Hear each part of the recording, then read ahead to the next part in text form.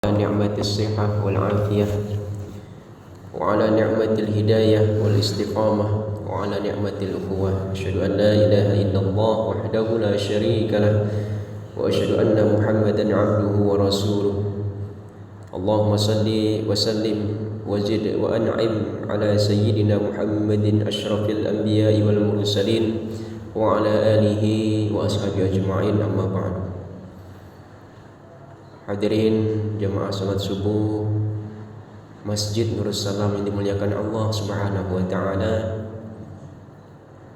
Marilah kita bersyukur kepada Allah sampai saat ini tanggal 16 Sya'ban 1446 Hijriah, kita semua dapat selalu melakukan ketaatan kepada Allah. Pada subuh ini banyak sekali keutamaan yang kita dapatkan. Seperti biasa kita laksanakan sebagaimana dalam sebuah sabda Rasul, salat subuh 2 rakaat sebelum salat subuh sunnah itu lebih baik dari dunia beserta isinya. Kemudian dalam sebuah riwayat juga, man shalla subha fi jama'atin faka'annama shallal laila kullah. Barang siapa yang dia melaksanakan salat subuh secara berjamaah, maka seakan-akan dia melaksanakan salat sepanjang malam. Maka subuh ini luar biasa sekali, nikmat yang sangat besar yang Allah berikan. Salah satunya yang paling utama adalah kita mudah untuk melakukan ketaatan seperti ini. Mudah-mudahan dia tetap selalu istiqamah sampai mendapatkan predikat yang husnul khatimah. Amin Allahumma amin. Tak lupa kita bersalawat serta salam pada Nabiullah Muhammad sallallahu alaihi wasallam. Mudah-mudahan kita diakui sebagai umatnya dan di akhirat nanti mendapatkan syafaat dari beliau sallallahu alaihi wasallam. Dan beliau telah bersabda, barang siapa yang paling banyak bersalawat kepadaku, kata Rasul, maka dia nanti di akhirat akan dekat denganku. Allah. Maka kita isi hari-hari kita dengan banyak bersalawat kepada beliau. Mudah-mudahan kita semua nanti bisa dekat dengan Rasul, dan ketika kita dekat dengan Rasulullah, mudah-mudahan kita mendapatkan peluang besar mendapatkan syafaat dari beliau sallallahu alaihi wasallam. Hadirin rahimakumullah, tak terasa paling tidak 2 pekan lagi kita akan masuk bulan suci Ramadan. Mudah-mudahan kita disampaikan dalam keadaan sehat wal afiat, dalam keadaan siap untuk melaksanakan amal ketaatan. Di dalamnya pintu surga dibuka lebar, pintu neraka ditutup rapat. Maka bergembiralah kita menyambut bulan Ramadan. Tetapi ada salah satu hal yang perlu kita perhatikan, ada beberapa ilmu yang harus kita dalami sebelum kita masuk bulan Ramadan ini. Yang paling tidak kita akan sedikit membahas, walaupun dalam waktu yang singkat ini mudah-mudahan bisa kita ambil pelajaran untuk kita semua. Karena Imam Al-Bukhari rahimahullahu ta'ala dalam kitabnya Sahih Al-Bukhari itu ada bab al-ilmu qabla al-qaul wal amal, ilmu sebelum berkata dan beramal. Maka menunjukkan bahwa kita ini perlu ilmu sebelum kita beramal. Tidaklah sah suatu amalan yang tidak didasari ilmu terlebih dahulu. Karena kita di dalam Al-Fatihah itu selalu memohon kepada Allah, ghairil maghdubi alaihim waladdallin, amin.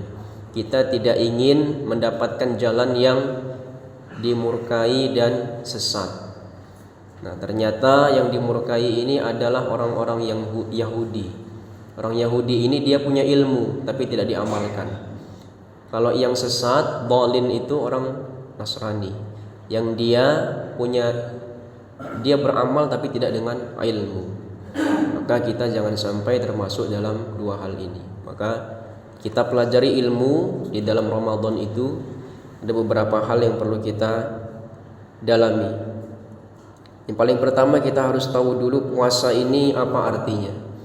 Puasa itu adalah menahan diri dari berbagai pembatal puasa dari terbitnya fajar subuh hingga tenggelamnya matahari.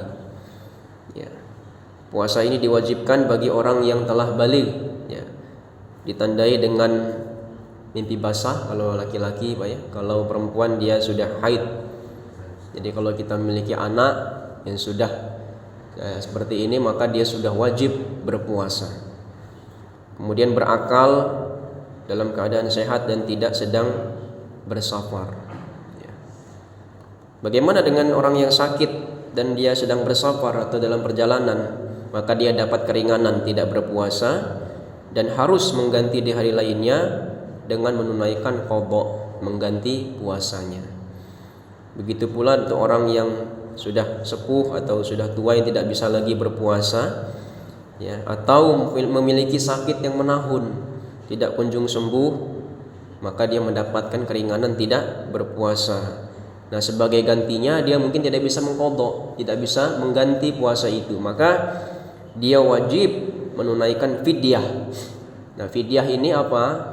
Sehari tidak puasa berarti dia menunaikan fidyah berupa 1 bungkus makanan yang diberikan kepada orang miskin. Ya, ini fidyah. Ya, kalau kita ambil mudahnya, ya, cara membayar fidyah ini ya bentuknya memberi makan, Pak. Memberi makan 1 orang miskin 1 hari yang ditinggalkan. Jadi kalau misalnya dia ini tidak puasa selama 10 hari misalnya, ya, maka dia sakit 10 hari, udah mulai sakit itu 10 hari misalnya, dia bayar fidyah. Nah, maka dia memberi makan 10 porsi makanan kepada 10 orang miskin, ya, atau menghitung total harga makanan tersebut dan membayarkannya ke lembaga yang bisa menyalurkan, ya. Jadi kalau dia 1 orang miskin itu 10.000, maka kalikan 10 orang, kalau dia meninggalkan 10 hari, Pak ya.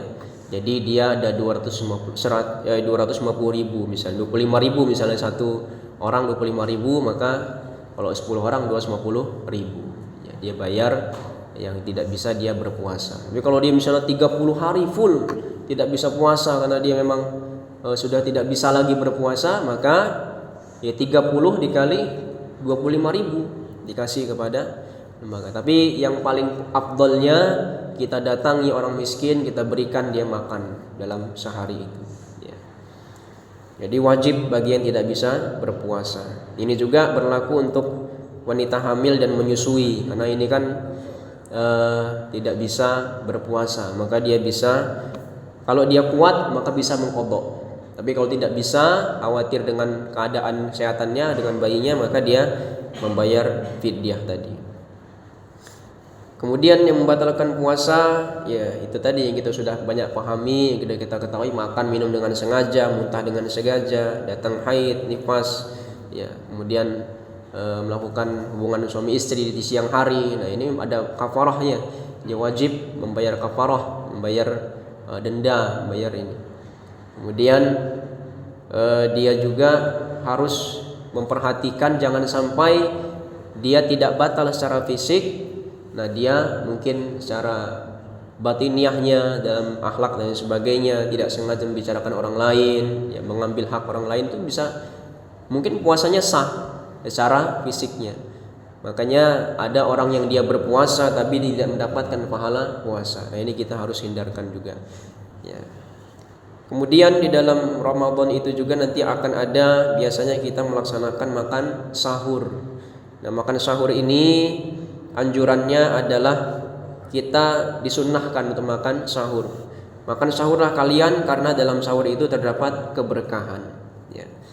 Waktu sahur itu disunnahkan untuk diakhirkan karena jarak makan sahur Nabi SAW itu, ya, waktu pengerjaan sholat subuh adalah sekitar membaca 50 ayat Al-Quran, ya, atau 10-15 menit, ya. Itu jarak yang disunnahkan, Pak. Jadi kalau misalnya azannya 4:30, jadi kita mulai makan sahur itu disunnahkannya jam 4:15 lah, jam 4:10 lah gitu. Jadi jangan terlalu kita jam 3, jam 2 udah makan sahur, jangan. Sunnahkannya boleh saja silahkan, tapi sunnahnya itu paling tidak 15 atau 10 menit sebelum adzan subuh. Nah, itu. Tapi yang kemudian yang kalau berbuka puasa ini disegerakan, ya. manusia akan senantiasa berada dalam kebaikan selama mereka menyegerakan berbuka, ya. Jadi disunahkan berbuka itu kita tidak berlebihan, tidak makan besar dulu. Kita makan ringan saja, ya, makan kurma, minum air, ya, itu. Berbuka dengan yang manis itu disunahkan. Ya, kita sudah paham insyaallah kalau ini biasa kita lakukan. Kemudian kita ya berdoa setelah kita memakan itu. Ya, sebelum makan kita bismillah dulu, Pak. Bismillah. Setelah kita makan, minum, kita dhahabaz zama'u wabtalatil uruqu wa tabatal ajru insyaallah. Dahaga telah hilang, urat-urat leher telah basah dan pahala telah tetap ditetapkan insyaallah. Jadi kita dianjurkan ketika sedang berbuka puasa itu banyak-banyak berdoa kepada Allah. Karena pada saat itu mustajabnya doa. Ya, kita setelah makan itu jangan kita sembari dengan ngobrol. Jadi kita dalam hati kita berdoa kepada Allah, istighfar gitu. Mudah-mudahan itu dikabulkan karena itu waktu yang mustajab ketika berbuka puasa. Kemudian kita juga dianjurkan memberi makan orang berbuka puasa, ya, baik di masjid, di pesantren, di yayasan dan sebagainya.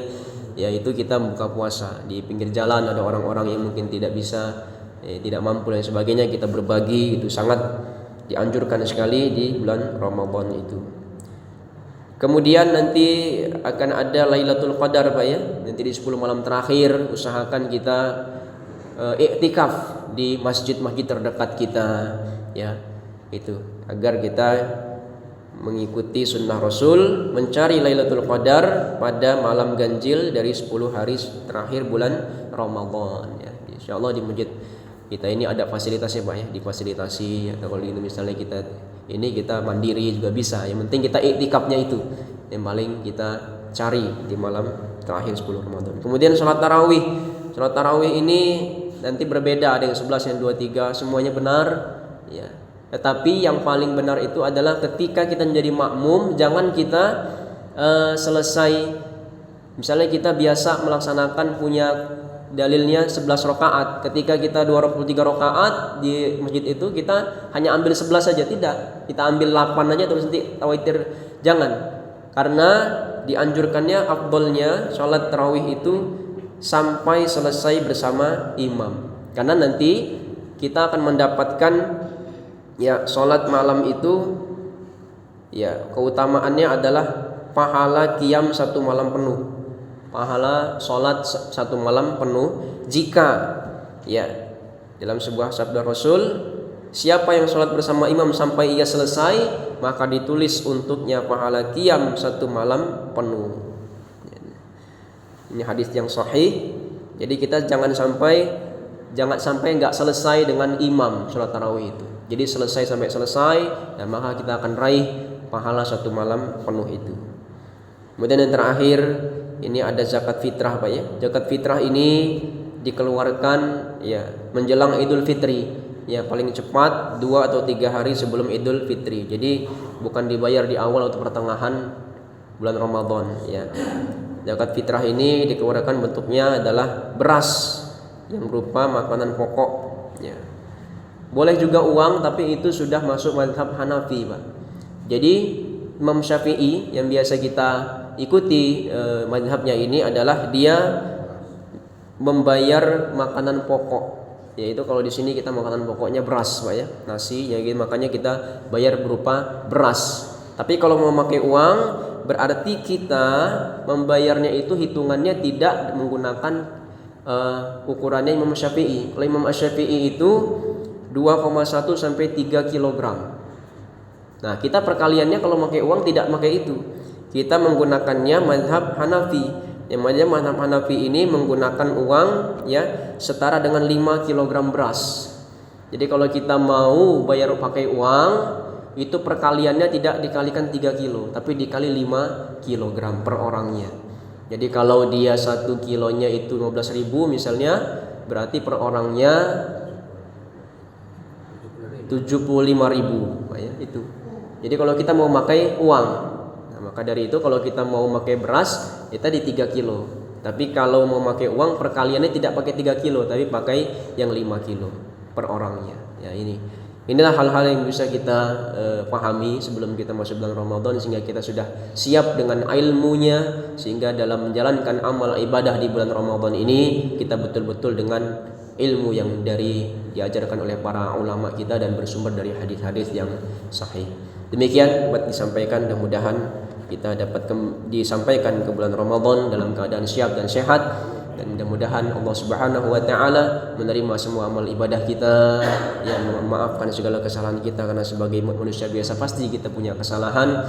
Dan mudah-mudahan kita semua nanti tidak hanya berjamaah di dunia, tapi juga bisa berjamaah di surganya Allah Subhanahu wa taala di akhirat nanti. Amin, amin, Allahumma amin. Dan kita dengan doa kepada majelis. Subhanallah wa bihamdihi, subhanakallahumma wa bihamdika, asyhadu an la ilaha illa anta, astaghfiruka wa atubu ilaik.